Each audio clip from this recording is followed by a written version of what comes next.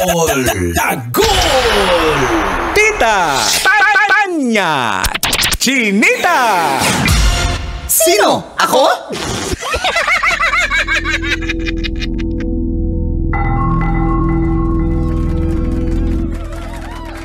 Isang magandang umaga.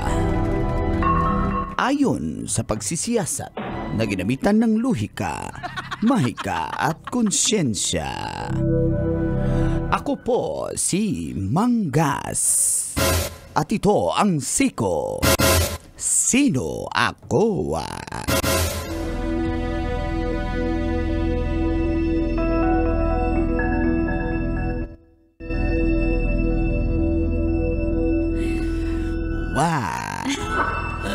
Viral ngayon ang isang kasal sa may Amblan, Negros Oriental.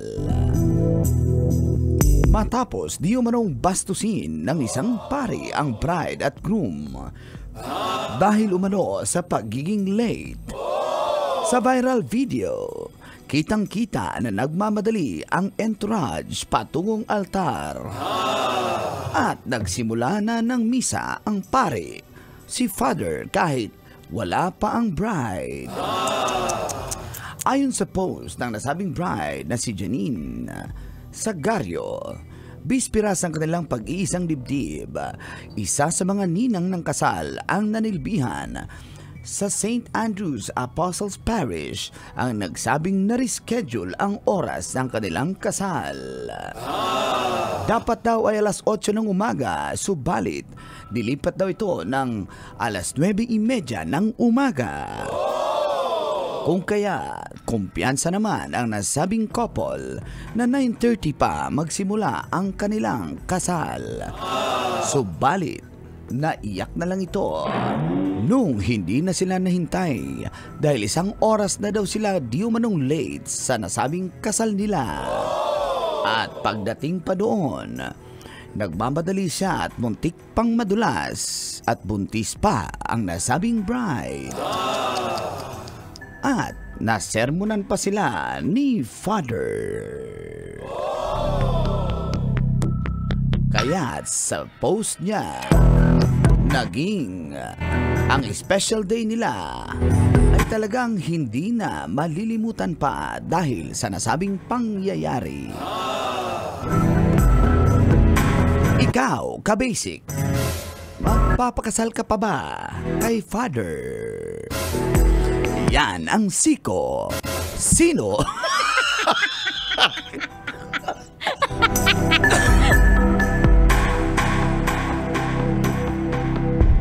Hindi ako nahulog sa upuan. Sino? Ako? Kailangan mo bang i-memorize yan? Ay, muntik na. Hindi ako nahulog sa upuan. Oh, Morning, guys! Morning, Tits! Ka-basic, feel good morning!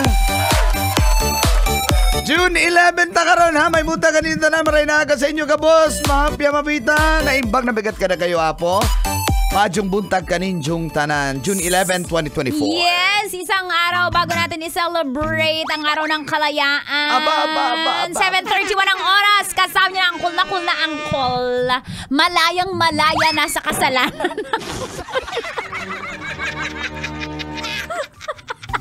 Grabe ko, no? Matagol! Itaas ang kamot sa mga angkol. Itaas ang kamot sa mga Ang angkol. ganda nung sinabi ko, malaya. At syempre, ngayon ka, ha? Wala kang maiisip. Kasama niya rin ang Corny, pambansang tita. Dahil bakit ka nanonood ng radyo at gusto nang mag-celebrate ng araw ng kalayaan dahil gusto niya nang maging malaya. Pero hindi siya makalaya. Bakit kaya? Bakit mo ganyan niya? Wala naman ganyan yung akin. Ba nangingialam mo? Sa intro mo. Pamba ko or hindi pa rin nakalaya. Tita Tanya, Chinita. My chinita, girl, my chinita, girl. Ayan. Ay, nako! Eto na nga. Alam mo, napanood ko yun sa social media, sa TikTok. Ano na-feel mo? Na-feel, parang, kung ako yung bride, ang lungkot ng kasal ko. Kaya nga siya napapost. Parang, Na parang, Hindi ba? Hindi ko pa napanood ko lang yan hindi ko pa nabasa yung side ng church or nung pare. Kasi syempre may reason naman yan. Hindi naman magiging ganon. Hindi naman si Father mag-action ng ganon kung walang dahilan na mabigat. There's always two sides of the coin. Two sides. So ano nga yung dahilan ni Father? Late na. Syempre, pag sinabing 8 kasi hindi natin alam din, para May lang susunod sa na schedule. May malay natin may kakasal pa the next. Oo, 9 kasi a.m. Saturday yun June 8 pa naman yun. So, diba? So magkakabuhol-buhol, magkakaroon ng traffic sa simbahan yung oras mismo ng kasal kung hindi ka on time. Or hindi mo alam kung anong susunod na alam mo, activity. gets ko si Father. Gets ko si Father kasi, di bali na masacrifice ko yung isang wedding. Kesa lahat, buong maghapon, mas magiging chaotic yung schedule, magiging magulo. So, isacrifice mo na tong isa, parang masave mo yung iba. Parang ganun yun eh. Di ba? Okay. Pero malungkot pa alam. rin. Malungkot pa rin. Kasi, ilang oras ba late call? Halos 1 oras daw. Kasi may ninang kasing pumunta. Sabi nung ninang nung kakasal na ang 8 a.m. nyo na-move to 9:30. So nag-expect sila na, sige 9 na tayo pupunta, at least meron pa tayong 30 minutes leeway sa kasal. Hindi nila alam na hindi pala tuloy yung ganong scheduling. Kasalanan ni Ninang. Oo, si Ninang talaga. Hindi man lang inayos ng organizer. Hindi kina-ordinate ng maayos. Yung organizer.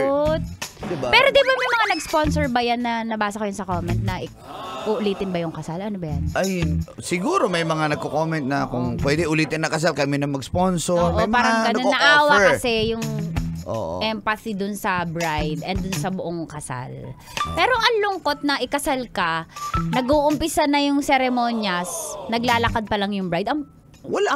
As talaga? in, nag-uumpisa yung misa, tsaka wala ka na yung moment na yung bubukas yung pintuan ng simbahan, tas you walk down the aisle, yung bride. Baka diba? din nung time na yon medyo hindi din okay yung mood ni Father, 'di ba? Parang pero minsan kasi, let's be considerate siguro. I don't know hindi naman natin pinapanigan lang yung bride or yung couple.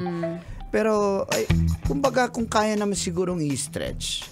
Meron naman kasing iba na instead of kakantahin mo, i-recite na lang para lang just to shorten the ceremony. Pwede rin. Correct. Pwede naman. Halimbawa, 1 hour yung allotted or 2 hours. O sabihin na natin, sige pero quick pictorials na lang kayo kasi meron pang susunod. Yan, oo. So, siguro nga natapatan din si Father na may nararamdaman siyang hindi magandang mood. May mood swing siya. No? Pero hindi nga pwedeng ganun. Since, syempre nilolook up ka rin ng tao. Ang pangit din naman na magsisimba ka tas alam mo na wala sa mood. Parang magugustuhan mo pa ba? Parang magkaiba talaga. But anyway, hopefully kayang reconciliation, resolution.